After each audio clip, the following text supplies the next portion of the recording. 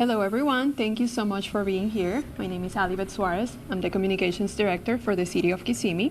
Chief Betty Holland will be providing remarks about the progress of the investigation. After that, she will open the floor for questions.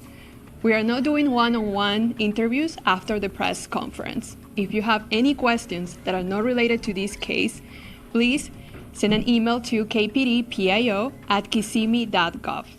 At the end of the press conference, you will receive a package with information about the case in English and Spanish. Now, I would like to introduce Chief Betty Holland.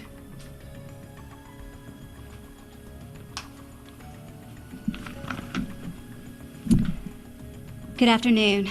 Thank you for joining us today and allowing us to provide an update on our investigation into Madeline Soto's disappearance and death. Madeline was reported missing on Monday, February 26, 2024, just one day after her 13th birthday. Since then, our investigation has been relentless, fueled by the unwavering commitment to uncover the truth. During our forensic investigation, we uncovered disturbing evidence, graphic images, and videos depicting crimes being committed. It was during this examination that we learned we needed to act swiftly to remove the suspect, Stephan Sterns, from our streets. Despite the arrest, our investigation into her disappearance remained ongoing. We understand the importance of thoroughly exploring every lead and piece of evidence. The Kissimmee Police Department, along with other law enforcement agencies in Central Florida, continue their search for Madeline for the next several days following her disappearance, and we turn to the public for help. During this time, our investigators combed through a significant number of tips, and on March 1st, we received information placing Stern's vehicle in a rural area of St. Cloud, where ultimately Madeline's body was discovered. We are all deeply saddened by the outcome of Madeline's disappearance. The Kissimmee Police Department continues to piece together the timeline leading up to the events that occurred. I want to address some questions we are receiving from the media in everyone's effort to keep the community up to date on this tragedy. At this time, Sterns is facing a total of 60 charges related to our investigation. This includes sexual battery, lewd and lascivious molestation, and unlawful possession of materials depicting sexual performance by a child. These charges reflect the meticulous work of our law enforcement community. Our detectives also are working closely with the State's Attorney's Office for the 9th Judicial Circuit and the Medical Examiner's Office on the investigation. Death investigations are complex. Tasks like forensic analysis and thorough interviews are crucial and require careful attention. It is vital to address these misconceptions in the pursuit of justice while preserving the integrity to the case. During an investigation such as this one, we gather additional information from individuals close to the deceased. Each person interviewed is treated as involved until proven otherwise. This is a standard protocol to ensure all the facts are uncovered. During our investigation, we have interviewed many individuals. Each interview has been vital to our understanding of the case. We are reviewing all of the information we received and are following up on every lead. Attention to detail and the diligence are the most important aspects of this investigation. We are committed to transparency and will provide updates when possible. Madeline's story has touched the hearts of many. Rest assured, our department is diligently working on the investigation, and while we appreciate the public's interest, we must prioritize the integrity of the investigation. We appreciate your support and understanding as we gather the facts. We intend to release additional information in the future, providing more details that we do not compromise the ongoing investigation. We vow to do everything in our power to ensure Madeline's memory is honored with justice. Our detectives are dedicated to pursuing every lead, uncovering every fact, and holding those responsible accountable.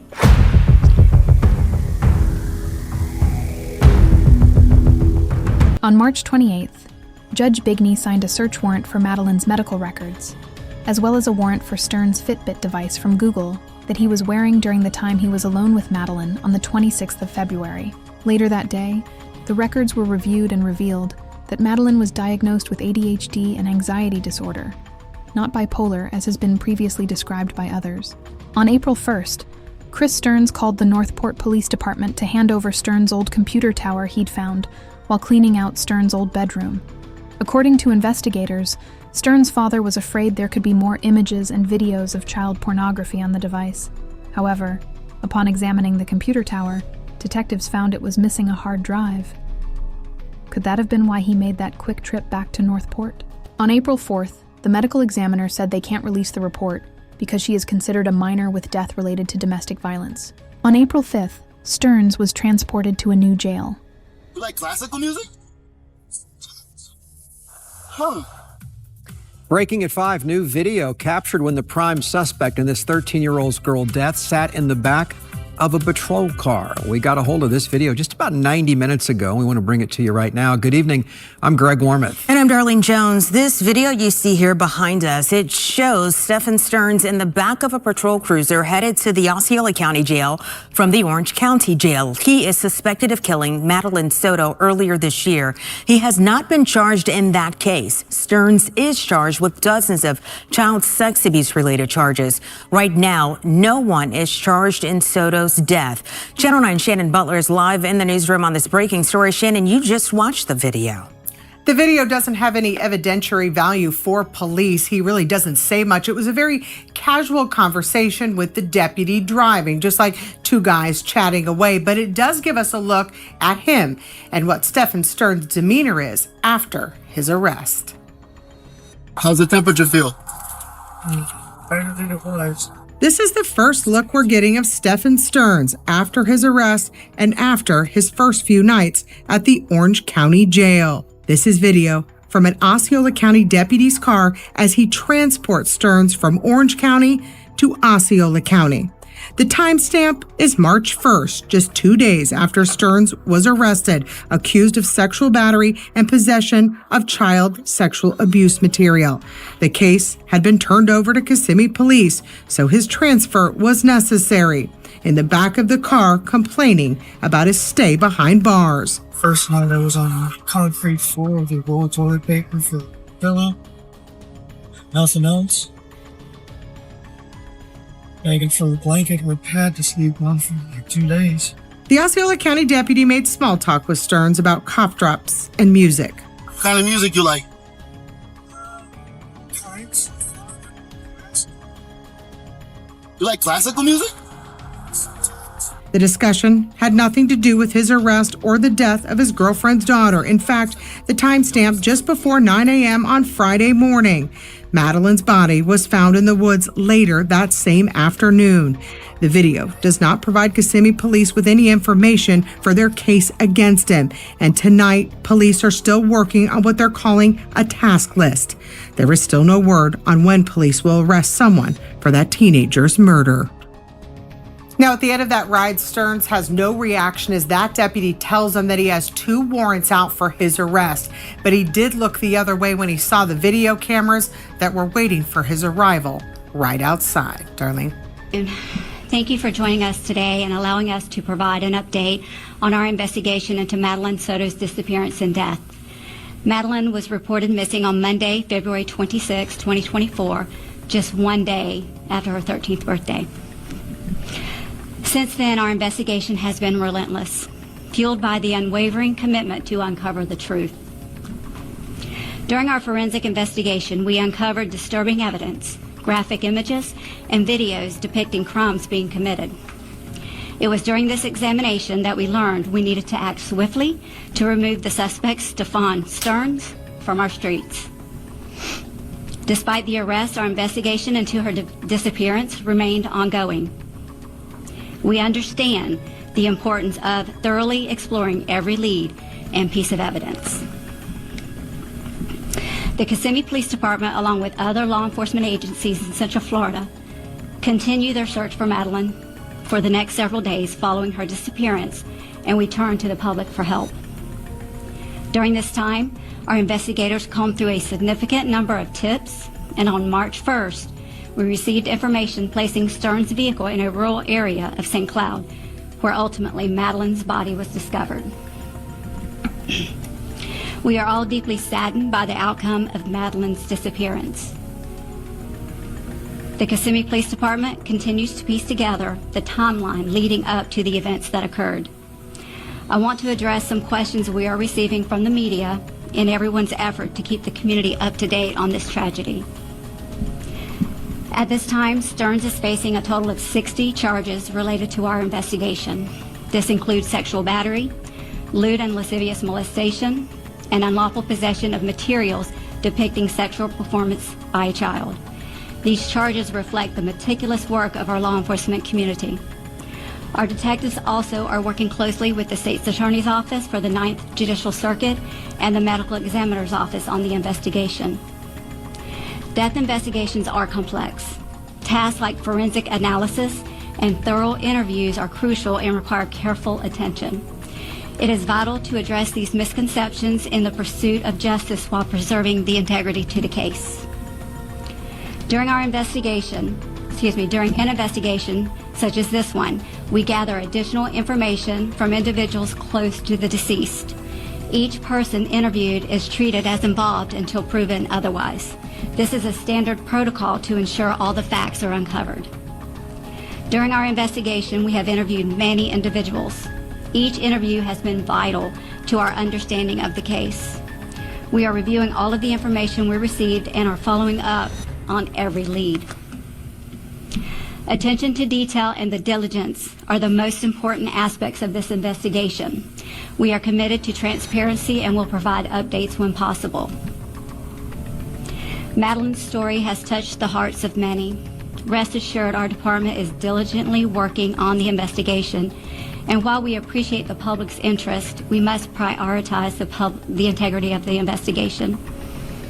We appreciate your support and understanding as we gather the facts. We intend to release additional information in the future, providing more details that we do not compromise the ongoing investigation.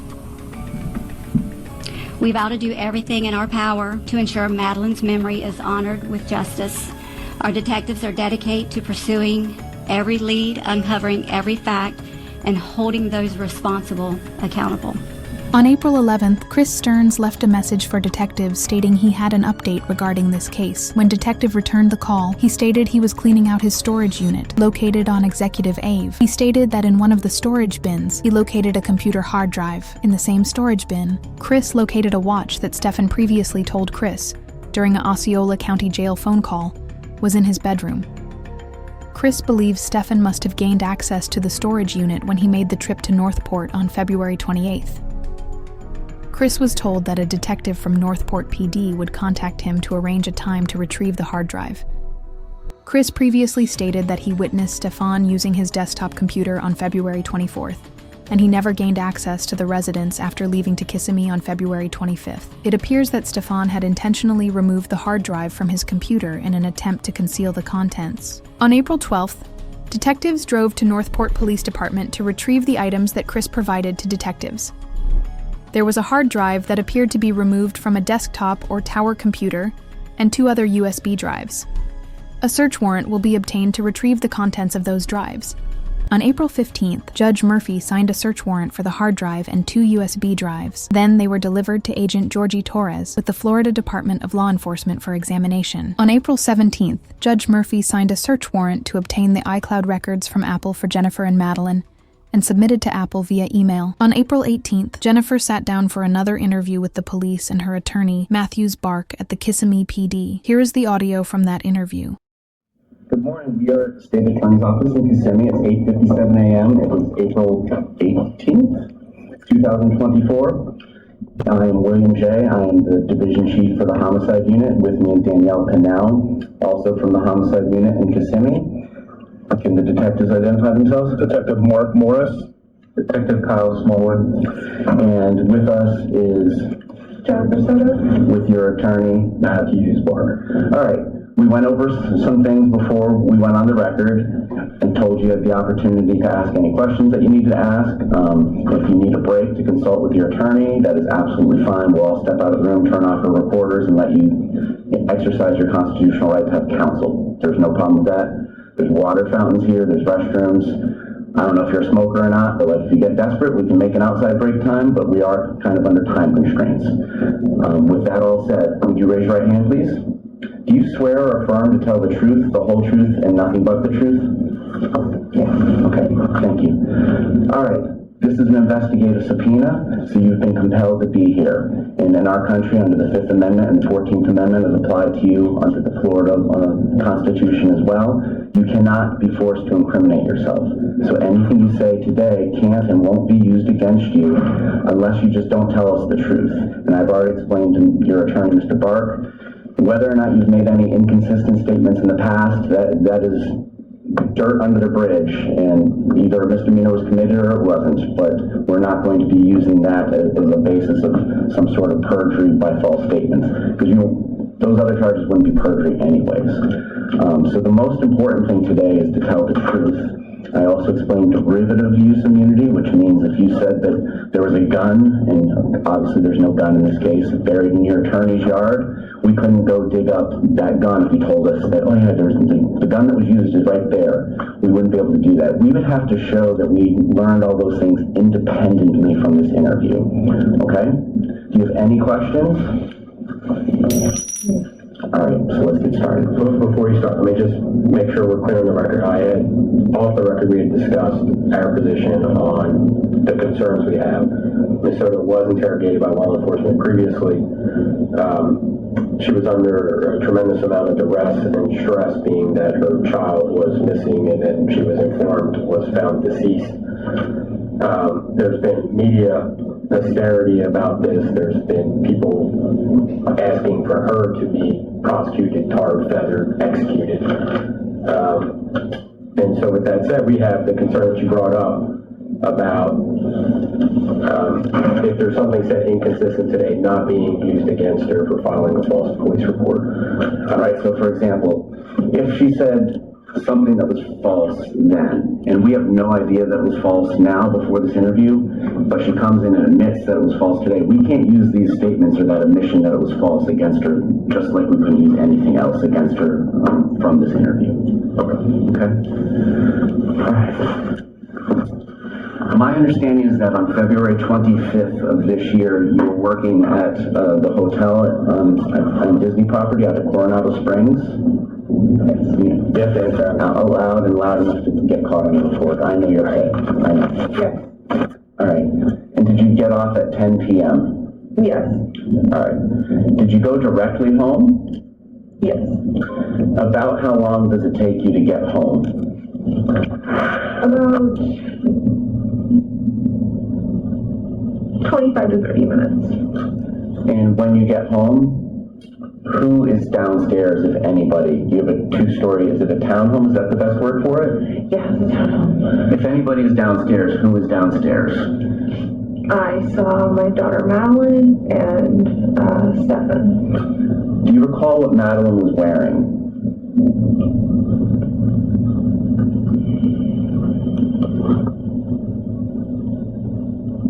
No. And do you recall what Stephan was wearing?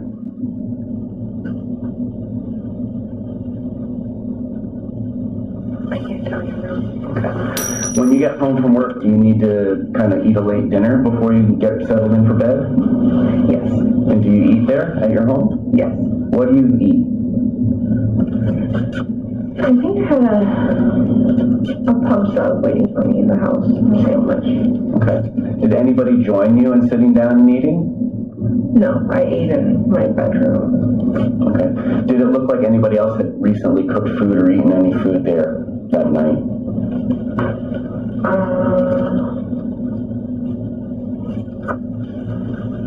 From what I saw, no. I didn't see anyone cooking, or it didn't look like anyone had been cooking. Okay.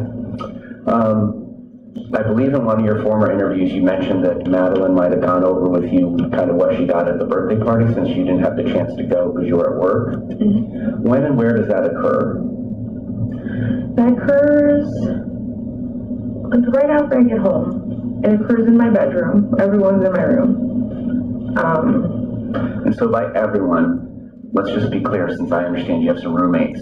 So what do you mean by everyone? Okay. Madeline, Stephan, and myself were in my bedroom. Okay. At this point in time, do you recall what Madeline was wearing? I don't know.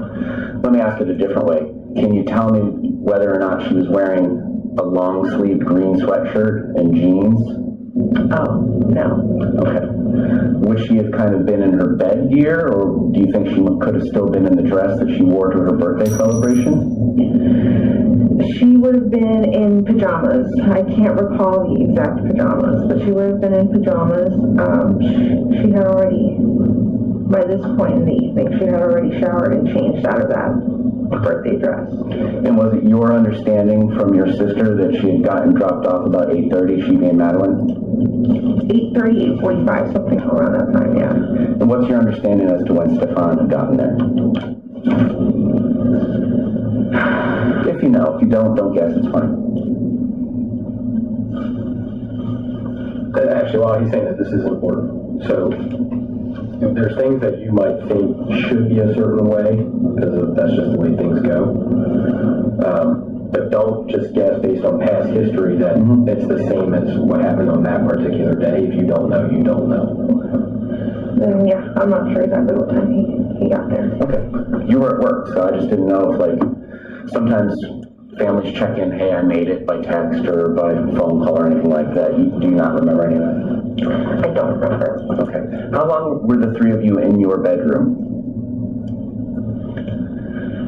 I'm going to say for about 30 minutes.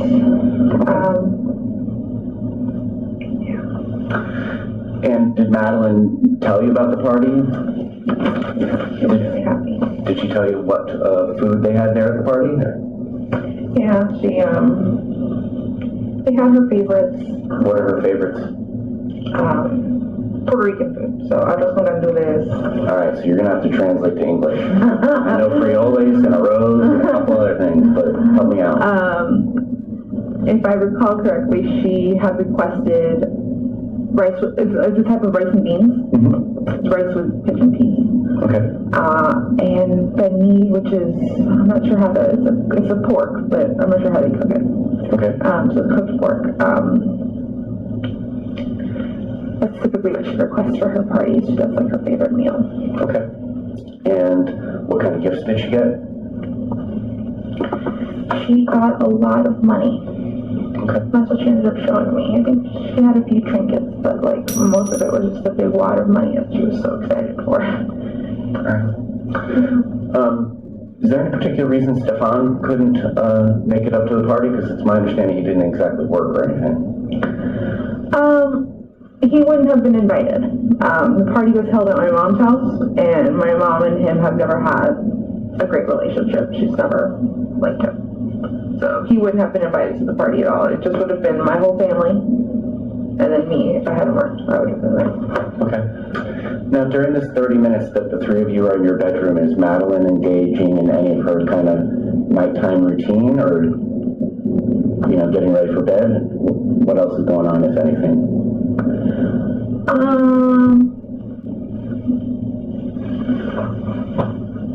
We spent a long time talking about gifts and having her show me, and we counted out her money.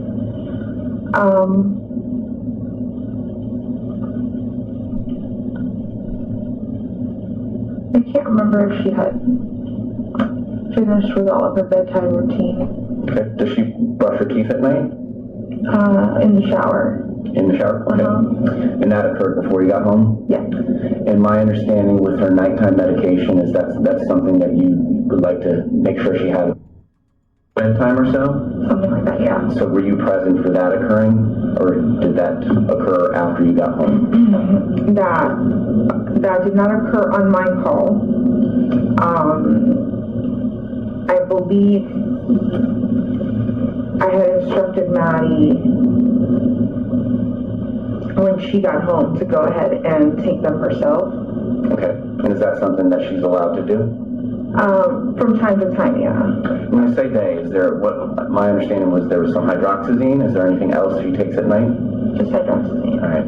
And the Miralax is when? Miralax is So that would have been earlier while you were at work too, if she took it? Yeah.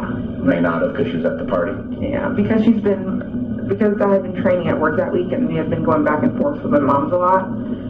The Miralax wasn't consistent. Okay. All right. Now, Madeline, does she lay out her clothes for school the next day, or is that something she gets in the morning, makes a game time decision like my kid? Typically, it is a game time decision morning of. Okay. What about this specific evening? Do you remember anything about it? Yes. This evening, we had, I had already discussed prior to Stephan coming to visit that he was going to help me take Maddie to school that day. So because I knew that was what was going to happen that night, I had asked Maddie, pick out your clothes, have everything ready, have your backpack ready, your water bottle, everything you need ready so that way you could just grab your stuff and head out. It won't be too much of a hassle in the morning. And so she did. She picked out her clothing. I asked her what she was wearing, and she told me what she had picked out. I said, okay, fine. All right, so she picks it out, but does she physically take it out of somewhere, wherever she stores her clothes, and put it somewhere? I'm not sure. Okay. I'm not sure if she took that clothes upstairs with her or anything like that. All right. So, Sprott, you didn't see them in your room, and did you have the opportunity to kind of see her cubby part of the living room to see if she had put them on her bed or anything like that? I haven't seen them. Does Madeline have like a water bottle or a hydro flask or whatever the kids call it that she likes to sleep with and bring up or bring wherever she's sleeping?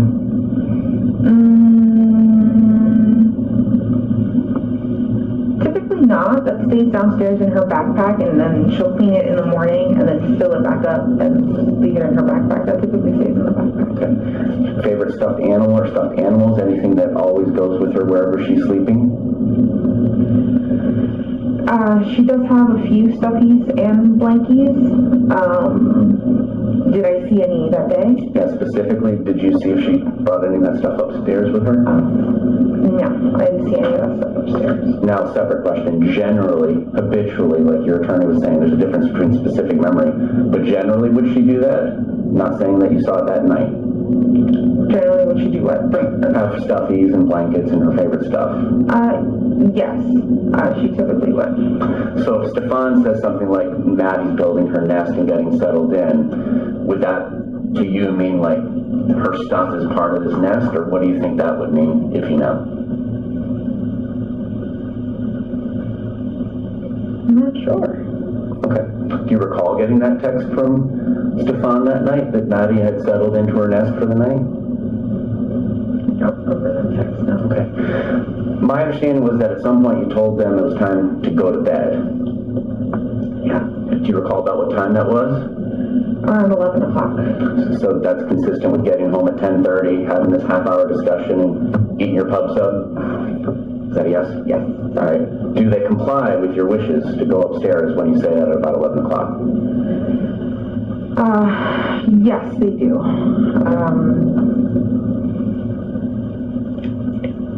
Is there any further communication between either you and Madeline or you and Stephan about, all right, kids, it's time to go to bed, anything like that, or was that the last you had heard from either one of them that night?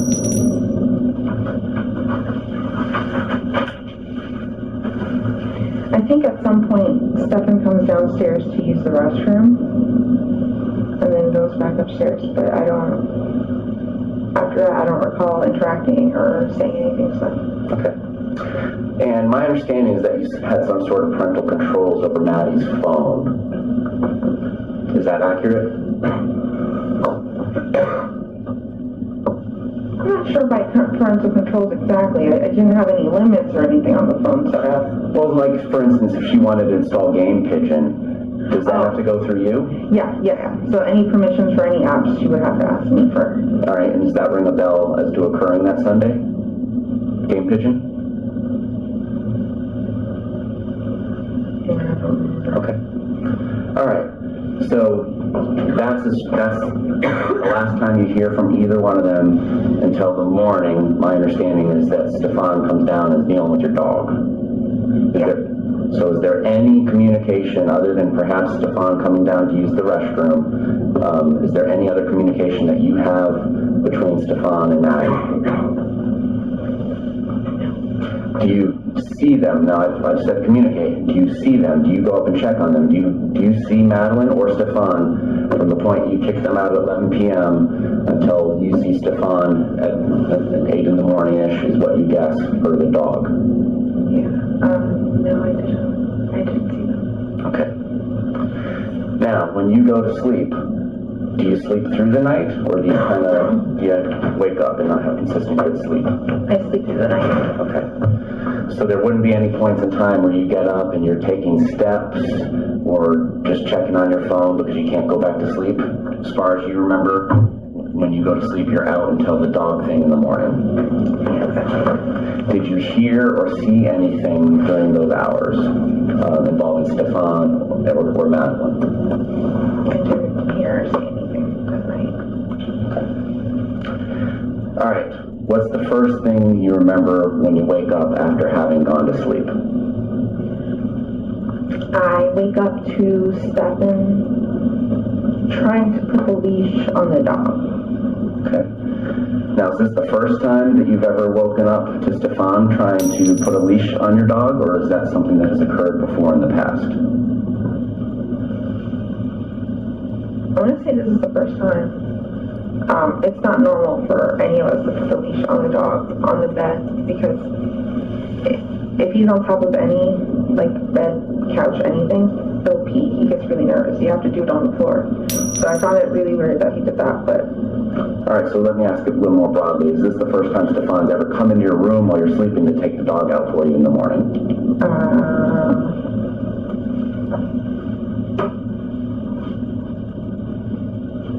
I can't recall if he said it before. Okay. Did you find it unusual then, or what did you think when this is occurring? When it happened, I think it was more... I found it off, but I was more worried over the dog. I was like, please don't pee on the bed. I don't want to do laundry. Okay. So I was more anxious over that. He put the dog on the leash and told me to lay down and go back to sleep. And I said, okay. So were you not laying down when he tells you to go back and lay down? No, when he put the leash on the dog, I shot off the bed because I was going to help him. I was like, no, let me do it.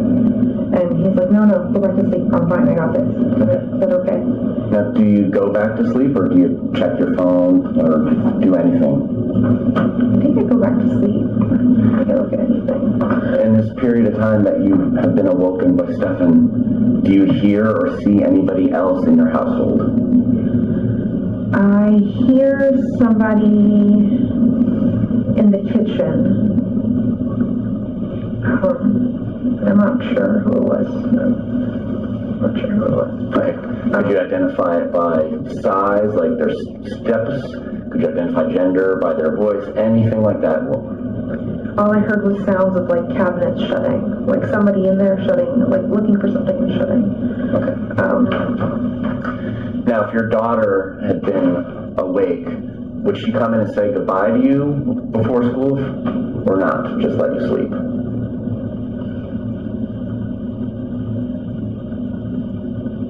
I would have hoped she would have come by and say goodbye to me.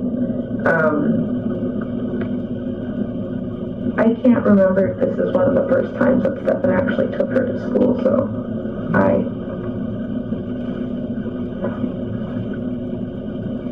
would have hoped she would have said goodnight, but I'm not sure. All right, so do you fall back to sleep? I do. And when do you wake up, and how do you wake up? I wake up at like 9 o'clock in the morning to my alarm.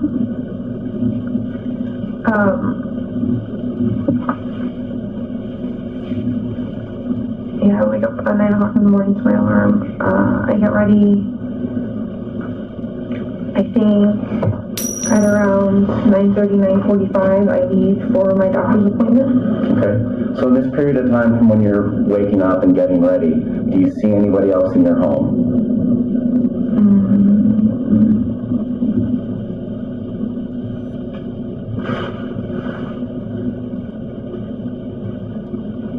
At this point, I'm not too sure.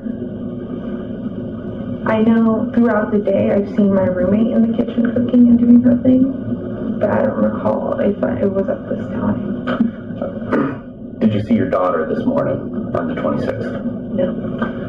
Did you have any texts or phone calls or any other type of communication through any possible app on your phone? Like, hey mom, love you at school, whatever. Any communications from Madeline? Nothing.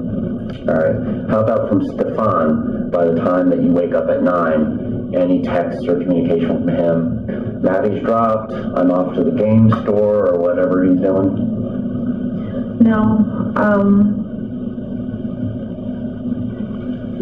I didn't hear back from Stephan until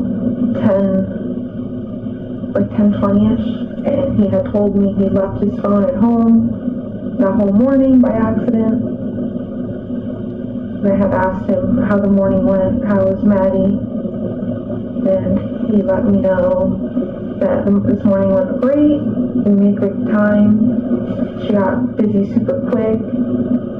He was going to take her to McDonald's for breakfast, but she changed her mind. All she wanted to do was sleep in the car, so he let her sleep.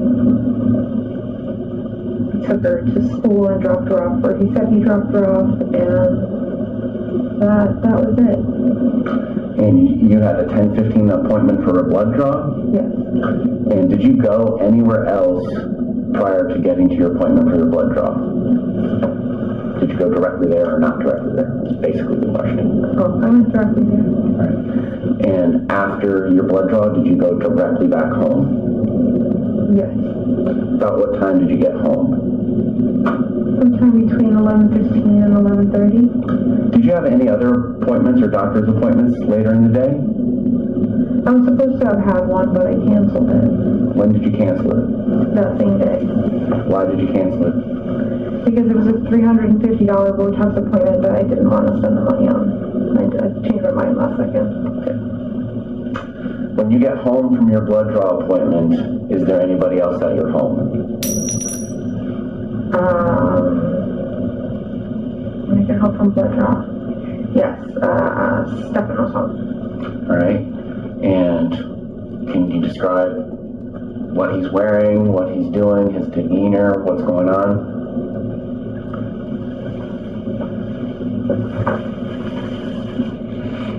I can't recall what he's wearing. It might be a red shirt with a graphic on Okay. He's sitting in my bedroom on my desk. Prior to you getting there, he's in your room? Or is that when you guys go to talk? He was hanging out there in my room. Okay. My room is kind of like the general hangout spot. Okay. I walk into my room. He's sitting there on the computer chair. He's talking, acting normal, asking about the morning and how everything went, and that he let me know the errands that he ran that morning or what he was up to. And what did he say he was up to? He said he had dropped Maddie off at school and then afterwards went to a vape shop so he can buy vaping things. Okay. But that the store wasn't open, so he waited a long time for them to open. They never did. So he drove around, killed time, and then eventually made it back to my house at like 10:20. Later on, when I got home and he was home, we started discussing, or he started telling me that he was going to go back out to run a few more errands in a little bit down 182. And he gave me the name of a few stores that he might stop at. And I'm like, okay. I asked him if he wanted to meet me at my house by 2:30 so that we can go pick up Maddie from school together. And he said, yeah, he'll be back by 2:30. And I said, okay. So was that the plan, to get her together, or was it ever discussed that he would get her alone? The plan was for us to get her together. Okay. All right. And so does he leave before you leave? Actually, before this. while we were still discussing, while we were having the conversation in my room, he did mention at one point, while he was sitting there, that he had to reboot his phone, or that he had to update his phone.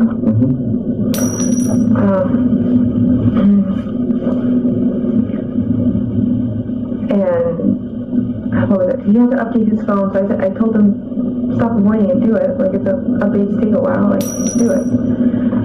And while he was updating his phone, he said, I don't know what I did, but I just factory reset my phone. And I said, that's weird. I didn't know that you could do that. He said, yeah, a button popped up and I pressed it and it just reset my entire phone.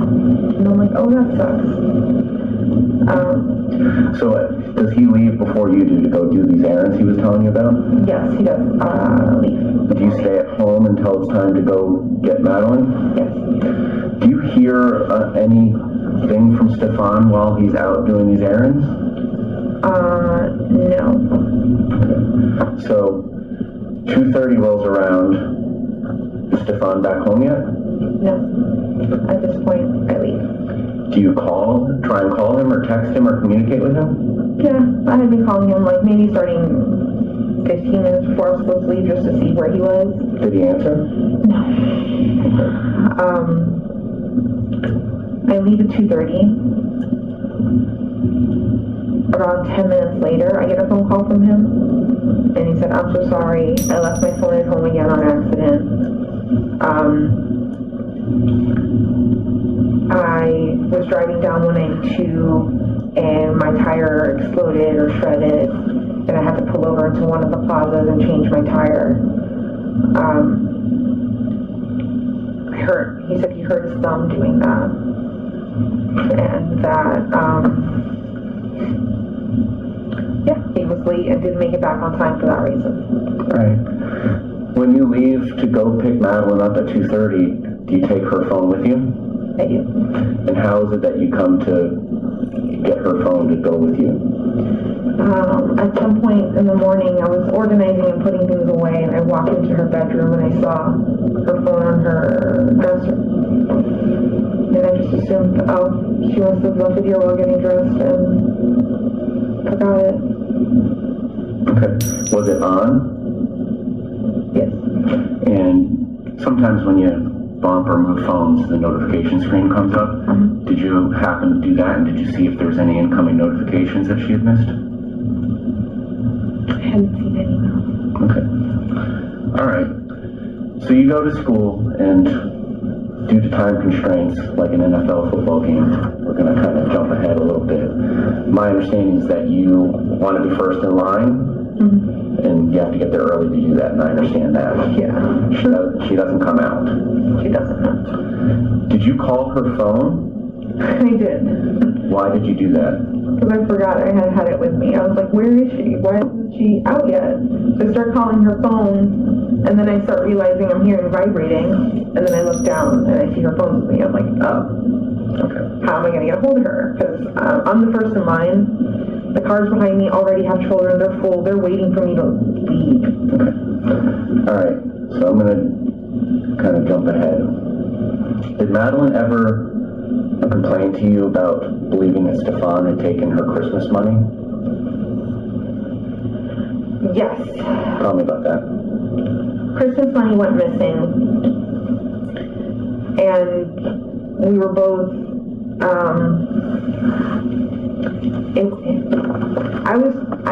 don't even know how to explain this. We have collected all of her envelopes with Christmas money and consolidated into one. I'll put all her money into one. Yep. And then I said, I will put this somewhere safe, and I thought I had put it in my nightstand. A few days later comes around, whatever. We start looking for it or asking for it or something like that, and we can't find it. We can't find it at all.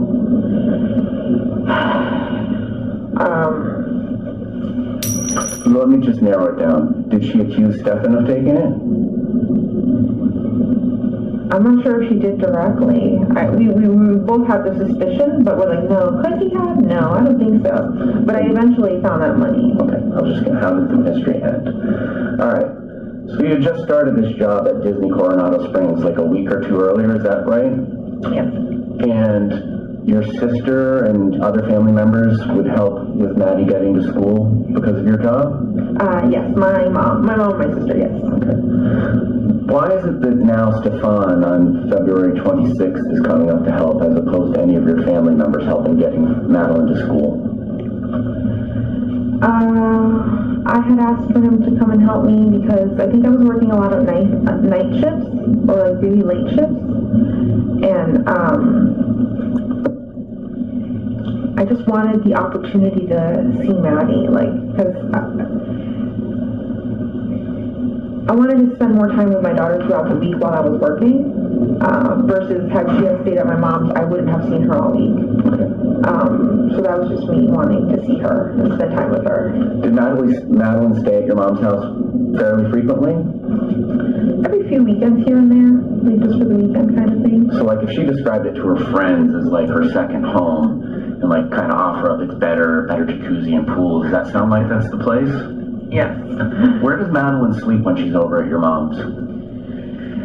She will sleep in bed with my mom. Okay.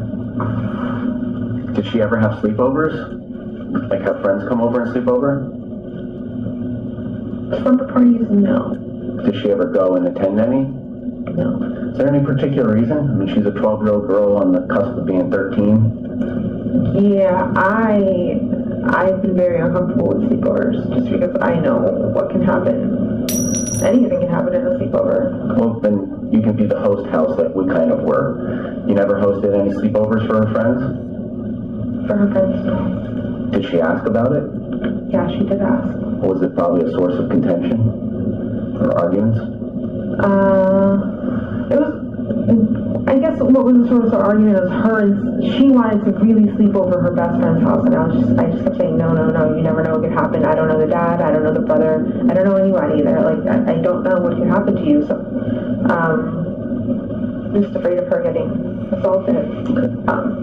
Did Madeline do her own laundry? Yeah. Did she cook for herself? I was teaching her how to make a few things, so, I mean, yeah, she could, I guess. Okay. What's her normal routine for getting ready for bed? We give her her meds.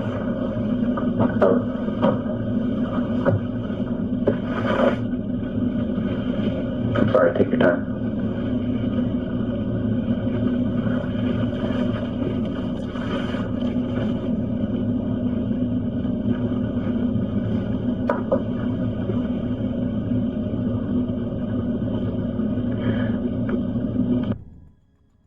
We get ready for bed. I'd give her her medication. She would get in the shower. Take a long shower, I understand? Like an hour plus, yeah. Okay. She loved it. She'd get out, she'd get dressed, she'd let her hair towel dry for a while, and then she would brush it. We would watch some TV. She'd probably have a snack before bed as well. Okay. What were kind of her nighttime uniforms? I mean, everybody kind of has their pajamas, but they're not necessarily pajamas. What was her routine nightwear? She really liked wearing shorts. So she had a few pajama outfits, but she really liked wearing shorts and baggy t-shirts. Okay. How about her routine getting ready for school in the morning? What's that about?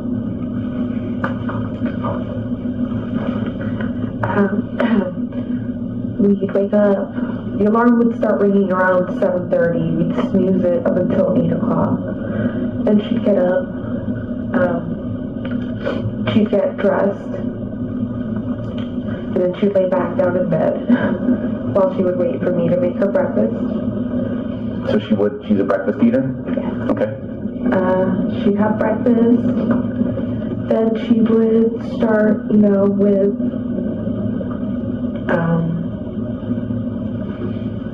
brushing her hair, brushing her teeth, putting on makeup. And I would give her ADHD medications for school. Is that every day or just school days?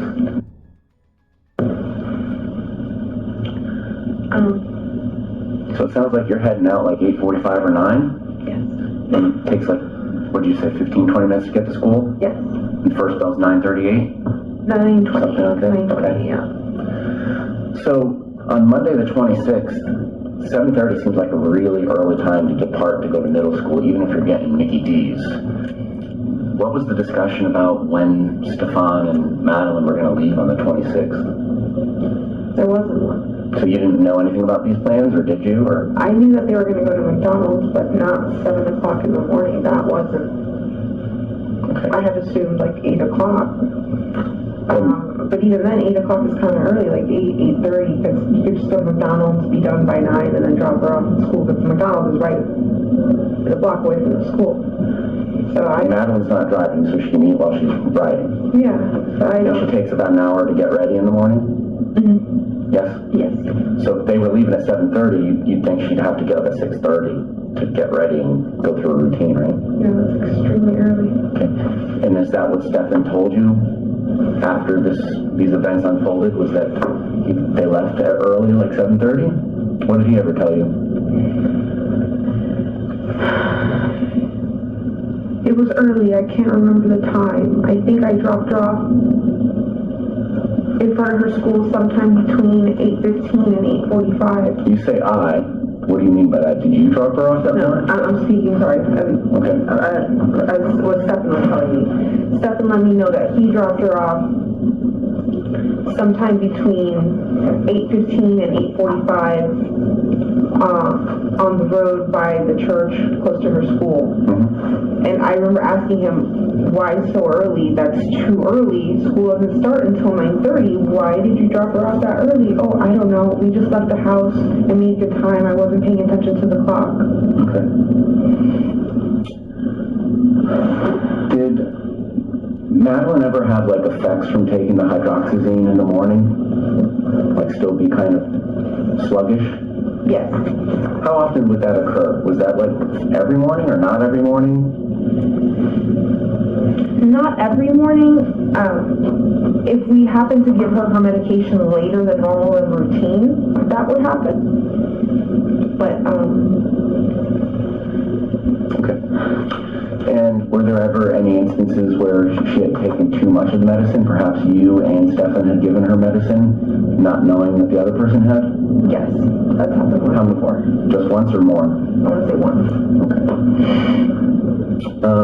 Were you taking medicinal marijuana in pill form at any point, or THC? Yes. And what do those pills or tablets or capsules look like?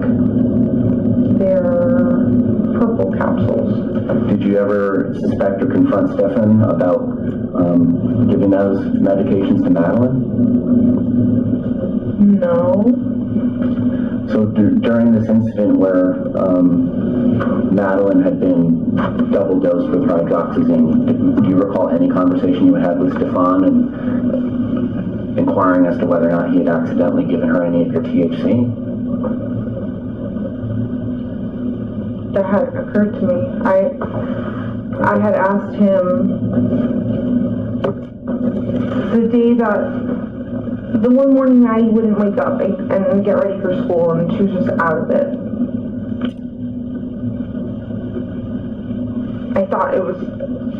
I assumed it was medication related, but I didn't really, I'm like, did this one medication hit her too hard because we gave it to her late? I called poison control. I needed to see what would happen. Whereas at this point, I think I had gotten Stephan to admit that he gave her a second dose of the sleeping meds as well, because he thought I had given it to her in the first place. Okay. But that was with hydroxyzine. I didn't know anything about THC, the marijuana. I'm just asking you. I'm asking if you remember having that conversation, because there is a conversation on your phone about you were relaying that Madeline said that she suspected that it was different bigger pills, and you relayed that to Stephan and had a conversation with him. And if you don't remember it because it was a year ago, that's fine. My next question is, you have two female roommates? Yes. And one of them has a child, a son that sleeps part-time over there? Yes. And so my understanding is they're kind of, it's like a, I don't know what to call it, like a bed and breakfast. There's numbers on the doors upstairs? Yeah, I don't know. to make it easier for the roommates, I just labeled each bedroom. So they're in 2 and 3? Yes. All right. Now, bedroom number 4. At one point, you told the police that your sister was staying with you, and that's why the sleeping arrangements were as they were. Was your sister ever staying with you, or did I misunderstand what you said? No, my sister wasn't staying with me. Okay.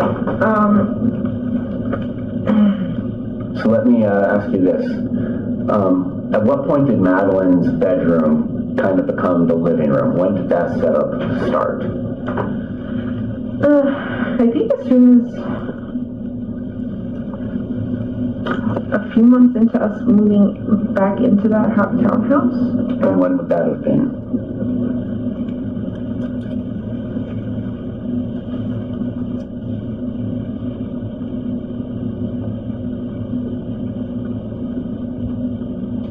Let's say June of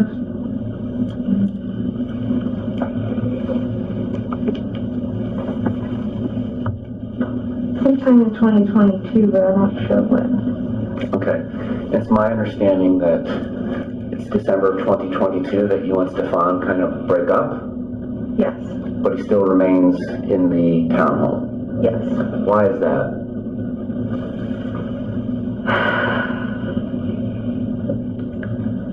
So even though we were broken up, I still considered him one of my best friends. I wanted to give him the opportunity to live there, and he had just he had gotten a job at Disney that was doing well. Okay. And I didn't want him to continue to lose that because he's been struggling for a long time to get a job or do anything with his own mental health issues. Okay. So I just wanted to give him a chance to like do something, be something. So Did he pay rent? yes, How much rent did he pay? $600 a month. All right. Sorry. Careful. No pussies. So in December of 2022, kind of when the breakup happens, prior to that, what were the sleeping arrangements in your home? Was he sleeping in your bedroom as a couple? Yes. So who's in bedroom number 4, if anybody?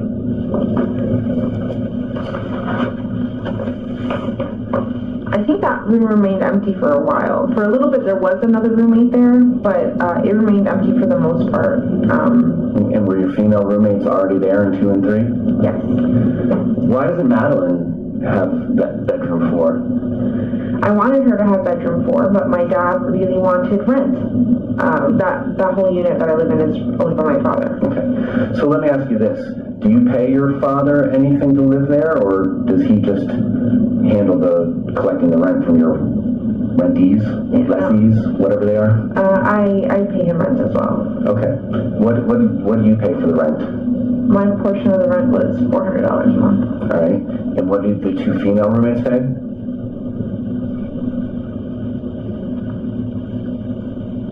$850 and $650. Okay. Prior to Madeline having her own bedroom set up in the living room, where was she sleeping in that townhome?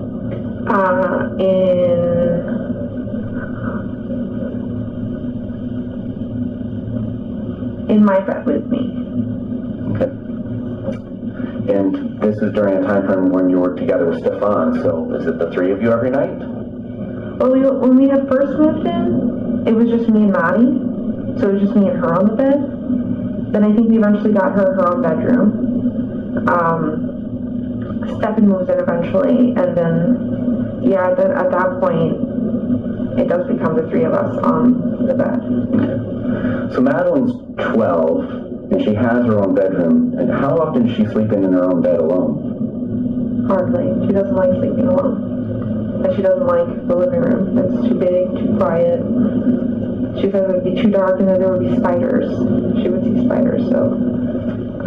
So you say hardly. Were there ever nights where she just slept alone in her bed? Or is it 100%? Because there's a difference between hardly ever and 100% to me. If she ever slept on that bed, it was like once. Okay. All right. So now you've broken up with Stephan in December of 2022, right? Mm-hmm. He's still paying rent, and he's there full-time in bedroom number 4? Is that where he goes after you break up? No, he stayed in my room for a few months. We had broken up, but we weren't sure how to discuss it with Maddie because it was the middle of the school year, and I didn't want to affect her in any way. So we just played it off, acted like everything was normal and fine for the first 6 months. But then eventually she caught on, and then when she did, we admitted to her that we were broken up. And then, at that point is when he moved up to bedroom 4. Okay. And once he moved up to bedroom 4, were there instances where Madeline would sleep alone upstairs with him?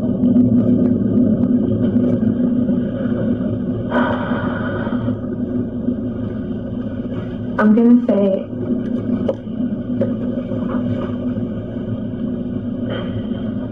I want you to think carefully before you answer, because obviously we've gone through your phone and we've seen all the conversations that you've had with Stephan, so it's clear that that's occurring, so I'm giving you the chance to answer the question. Yeah, I'm just trying to figure out how many times it's happened. Okay. Why are you allowing that to occur?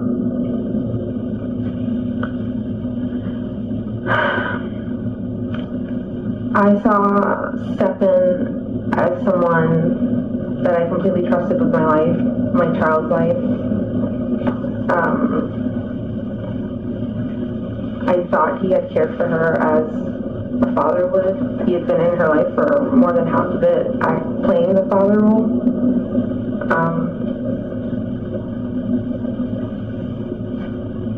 I thought he cared for her the way I did.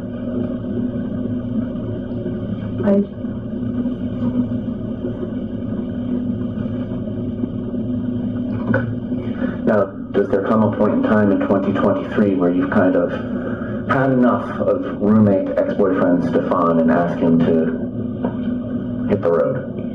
Yes. And is that fair to say it was like October?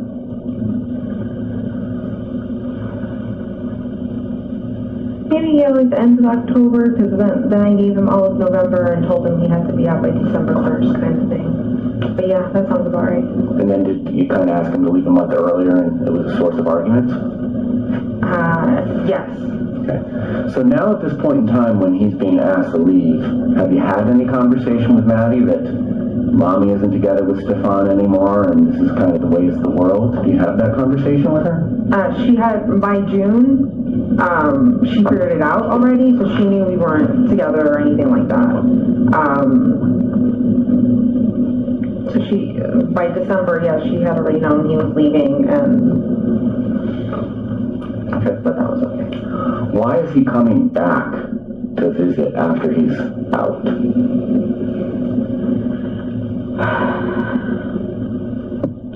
We're still friendly with each other at this point. Christmas is coming up, and we wanted to spend Christmas together. So he comes up for a few days during Christmas, and then he does visit a few more times after that, but for the day, and it's to pick up packages. He keeps getting mail delivered to my house, packages, so he just comes up and picks them up.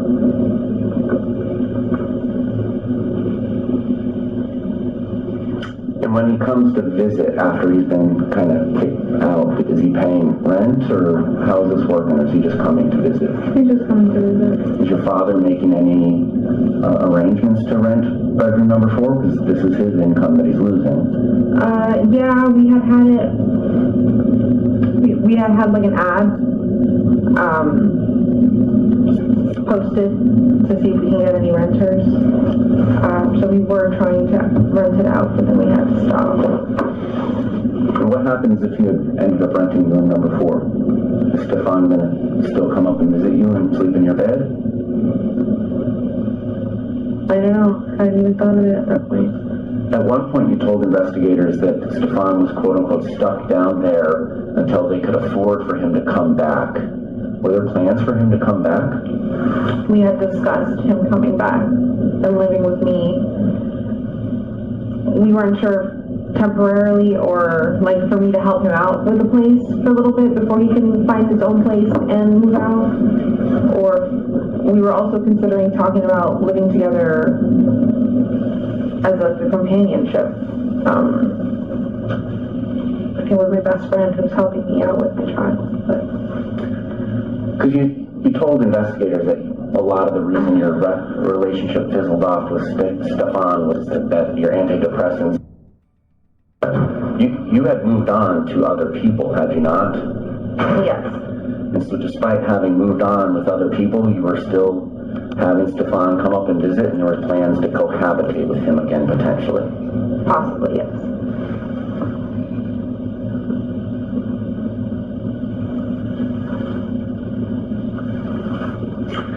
Maddie had the opportunity to go visit her biological father in the fall out in Texas.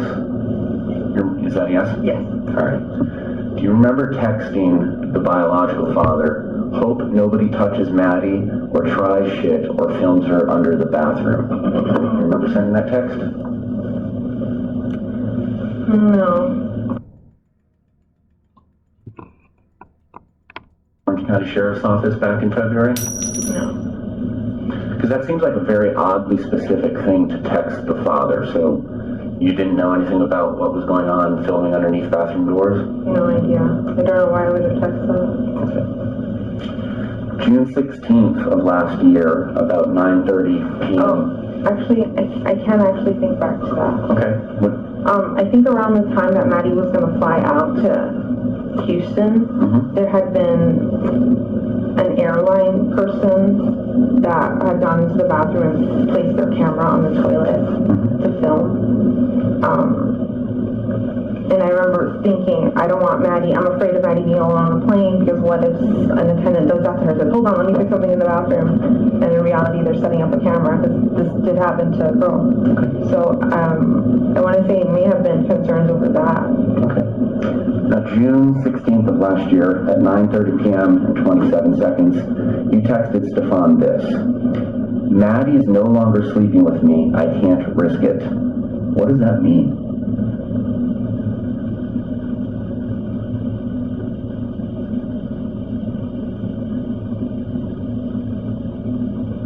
I have no idea. How often was Maddie sleeping with you?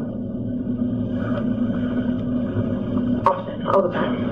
Well, you keep on saying often versus all the time. Was it 100% of the time or not 100% of the time? If she wasn't with my mom and she was with me, then yeah, she was sleeping with me. And if she's at mom, she's 100% of the time sleeping with mom? Your mom? With my mom, or she does have her own room, I guess. Like there's another spare room she could use, but for the most part, she prefers to sleep with my mom. Okay. Now, my understanding is that you had some sort of period tracker that you kept track of Madeline's period with?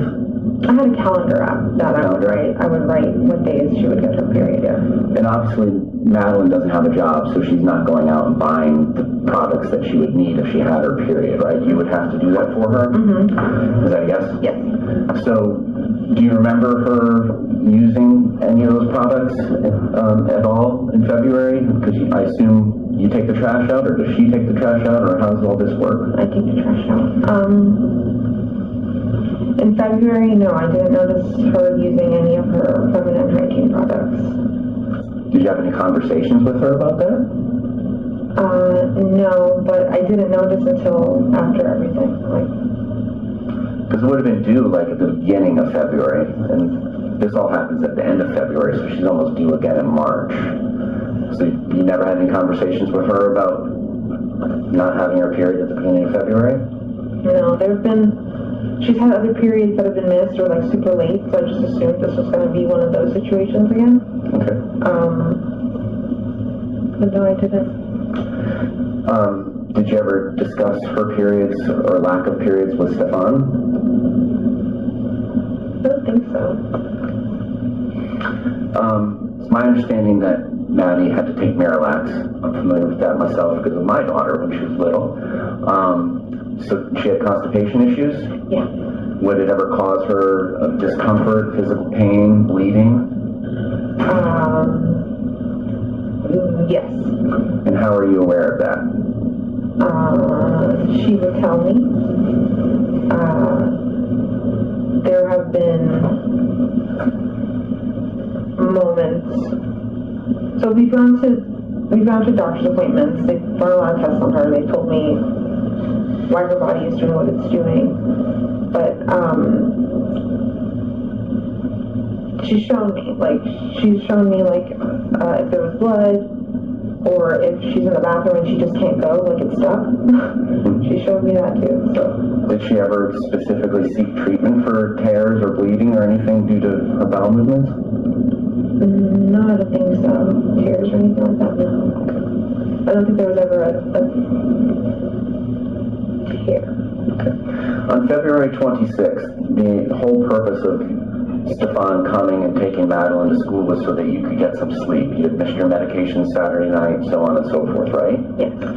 Is there any particular reason Stephan couldn't have driven your car to take Madeline to school and therefore not embarrass her and he could just drop her off normally?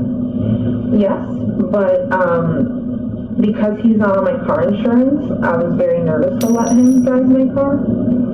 You did let him drive your car after this occurred though, right? Yes, but he was very insistent because he wanted to go look for Maddie, and he had a spare on his car because he had a flat, so he couldn't drive his car. So he just really wanted to go out. So I just let him, but I wasn't comfortable with it. During your previous interviews, and you did it once today, you kind of interchanged we, or Stephan dropping Madeline off at school. Did you see Madeline at all on February 26th of 2024, that Monday? No. Do you know anything about how she died? Did Stephan tell you anything about how she died? No. Did Stephan tell you about his plans to go back down to Northport in your car that Wednesday morning?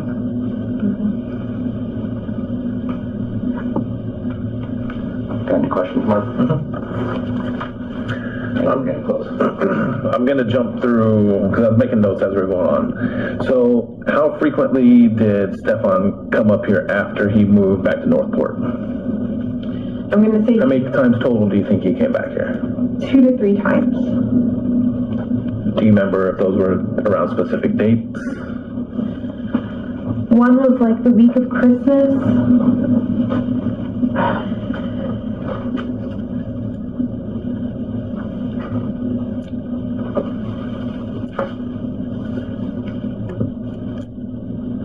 I can't remember when the other one was.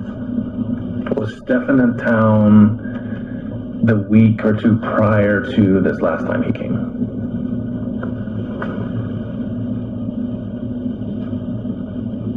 I don't remember. It's possible, but I don't remember. Everything is becoming a blur. Do you remember sending him a text message asking if he can babysit Maddie while you go have lunch with your friend? This was a few weeks before.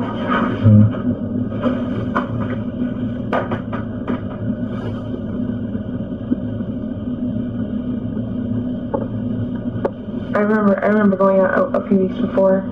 I don't remember asking him to babysit. I don't know where he was. Did you ever go to lunch with your friend? And he babysat her? I did go to lunch with my friend, but I don't think he was here. I think Maddie stayed home alone for a few hours. Okay. When you mentioned Maddie caught on about you guys being broke up, how did that happen? What did she say, or? I forgot. We were having a conversation, and she was like, "You guys broken up?" And we kind of looked at her, and we're like, "Why are you asking?" She goes, "Because you guys are kind of acting like you're broken up. You guys haven't hugged and kissed in a long time." And we're like, "Okay." So we just kind of... How do you think she felt about that? Fine. She didn't act sad or happy or anything. She was just like, whatever. All right. Now, you mentioned to me before, too, that you found her phone on her dresser in, her little bedroom area. Does she have a specific spot where she plugs in her phone to charge? How does she charge her phone? So, on her side of my bed, she's got a long charger. She'll connect it there to charge. Don't know how she charged it that night though. Don't know if she took her charger and moved it to the room upstairs. Not sure. How do you charge your phone? I charge my phone with my charger next to me on my side of the bed. Okay, is it one that you plug in or? The magnetic one. Okay. Now, when you go to bed at night, is there any kind of routine that you do with your phone? If you're texting, look on TikTok or whatever, and you go to bed, you just set your phone down and go to sleep, or what's that routine like? I'll TikTok until I start dozing off, and then I'll put my phone in the charger, make sure my alarm's on, and then, yeah, just lay down, close my eyes, and hope not to think of too much, just fall asleep. Okay, that night, Saturday or Sunday night, when you guys, when spending this half hour time together, was all that you were doing was talking about gifts and counting her money, or were you guys doing anything else? Just asking her for more details about the party and to tell me like what I missed. She seemed like she had a really good time. When you got home from work that day, where was everybody? I think everyone was in my room, hanging out in my room. Okay, everybody meaning? Maddie and Stephan were there. All right.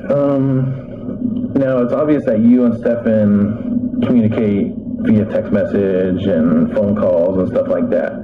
What is Google Meet? What is Google Meet? That is like Google's version of FaceTime. So just face chatting. Okay. Video chatting. Okay.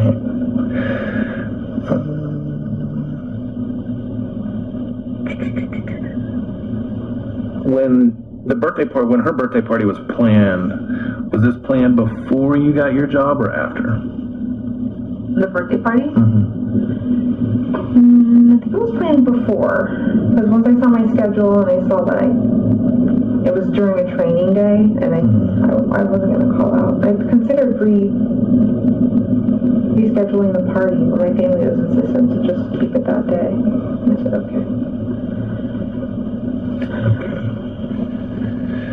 All right, so Stephan moves out of his room, and I think you mentioned that your dad had plans on renting that room again to somebody else. Is that right? Yeah. How was that room set up? How was Stephan's room set up after he moved out? Pretty much the same. The bed was in the same location. The TV, the dresser, the desk, and the mini fridge. Everything stayed in the same location. Okay, was the bed, and did it have comforter, blankets, and all that stuff on it, or? When he moved out, everything was empty. There was a mattress protector cover on it. Mm-hmm. But I had clean sheets and clean blankets to put on, like they're available. So where were they available? In the closet. Okay. And like I did, yeah. I let him know they were there. Do you know if he made the bed? I don't know, but I'm going to assume he. I don't know. What did the blankets look like that would be used to make that bed? They would be white cotton linen sheets with, they're white, but they're white stripes, different shades of white. So white stripes going down it. That was a fitted cover and a sheet, and then the pillowcases. And should have been like a warm blanket in the closet somewhere. The same color, white or gray? Okay. When you say there's pillowcases, how many pillows were on the bed?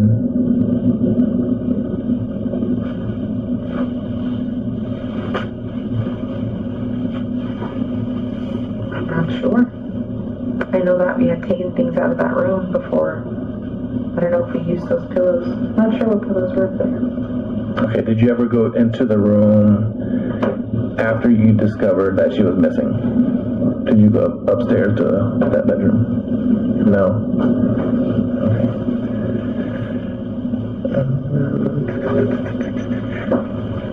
So when you go to sleep in your room, and you're either with Maddie or without Maddie or with Stephan, is your door open, closed, lights on, lights off? When I go to sleep?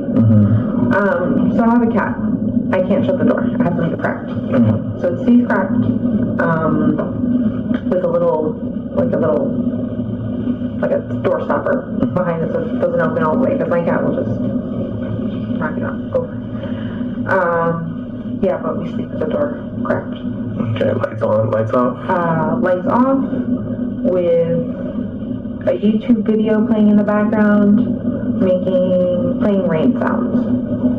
Okay, would the screen be illuminated, or is it something where a screen, like a phone, where the screen goes black and it still plays? It goes black, yeah. Okay. Do you remember it happened that night if you were listening to those YouTube videos, or? Probably was. I listen to it every night, so I probably was. Does it shut off automatically? Around like 4 or 5 a.m., but then I'll notice and I'll press play again. Okay. Is it fair to say that you're easily woken up, or no? By it sounds like that, or?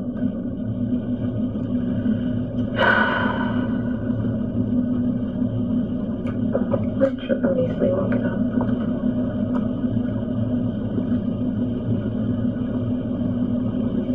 I don't know. Okay. Now, the purpose of you telling or having Maddie sleep with Stephan upstairs is because you told me before that you needed a good night's sleep. If you needed this kind of sleep previously to when Stephan wasn't there, what would happen? You mean if Stephan wasn't there and I needed this good night's sleep? It depends. If I had missed my meds the way I missed them at night, and I wasn't feeling, or I was feeling just how I was feeling, I'm not sure if I would have had her sleep, have her sleep with me on the other side of the bed, or if I would have sent her upstairs to the guest room. But she sleeps like a monkey. She rolls. She'll start on one end of the bed and end up on top of me by the end of the night. And she's a gymnast, I guess. But have you ever sent her upstairs to sleep? No, not for any of these reasons.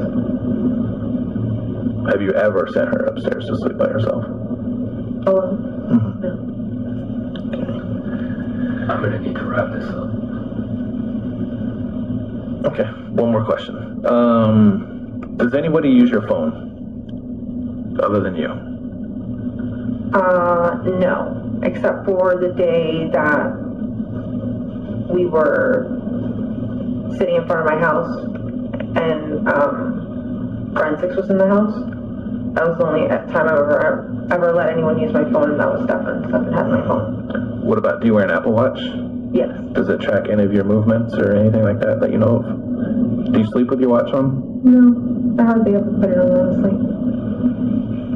Okay. All right. Anything else? Do you have anything real quick, Daniel? No. Do you have anything that you think we should know, Matt? Unfortunately. Okay. Good down there? Yeah, I'm good. All right, it's 10:06 a.m. We will conclude this investigation interview with Madeline Soto. Thank you. I'm sorry. On April 22nd, detectives responded to FDLE and made contact with Agent Torres to retrieve the downloads from the USB drives and the hard drive. One drive was empty, while the other drive contained 35,000 images, CSAM. The hard drive was not used since 2020, and it did not contain anything of evidentiary value.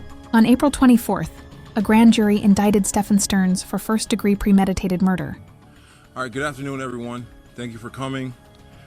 Today, the Kissimmee Police Chief and myself are here to provide an update on the death investigation on 13-year-old Madeline Soto, who was reported missing back on February 26th of this year and discovered dead 4 days later. I know the community and the media have been anxious for us to give an update on this case, and this is an opportunity for us to do that. For the last 7 weeks, 7.5 weeks actually, the Kissimmee Police Department and my office have been working closely to go over every piece of evidence that we could gather in this case. It was a voluminous and a lot of evidence to get through during that time, but we were successful in getting through it and making sure that we were able to provide the best case we could. Today we're announcing that Stephan Sterns has been indicted by the grand jury on first-degree murder for the killing of Madeline Soto. We presented the case to the grand jury. They returned an indictment earlier today. There has been some questions as related to the length of investigation. I just want to let you know again that my office and the Kissimmee Police Department have been working vigilantly in making sure that we had every opportunity to get every piece of evidence that we could. I want to thank the Kissimmee Police Department and their tireless efforts. They've done an amazing job in the heavy lift that we've asked them to do, as well as the prosecutors that have been assigned to this case and making sure that we got every piece of evidence reviewed and gathered in this case. While death investigations usually take around 5 to 6 weeks or longer, we were able to get this one done relatively quickly and get the case to the front of the grand jury, like I said earlier today, to return the indictment against Mr. Stephan Sterns. The death penalty in this case, we have not decided to what decision we're going to make in that case. We're going to continue those discussions going forward, and we'll let you know again when we make that decision as to whether we're going to seek the death penalty in this case. I want to thank the grand jury for their hard work and their efforts in making sure that we're making this first step in seeking justice for Madeline Soto, for her family, and so the community can have closure in this case. The defendant will appear at initial appearances, I believe probably in the next day or two. Then the case will proceed down its normal path, and we'll try to keep you abreast of how the case is moving, as well as you probably ask us questions to make sure that we are providing that proper information to keep you abreast of how the case is going down in the normal path of the criminal justice system. I'd like now to introduce Chief of Police Betty Holland, and for her to provide comment.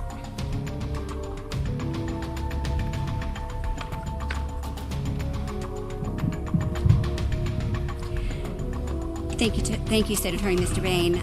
Good afternoon, everyone. I want to thank the investigators and the other agencies that assisted us in uncovering the evidence to move forward with this case. We know this case has gained significant public attention because Madeline had just celebrated her 13th birthday and was just a child.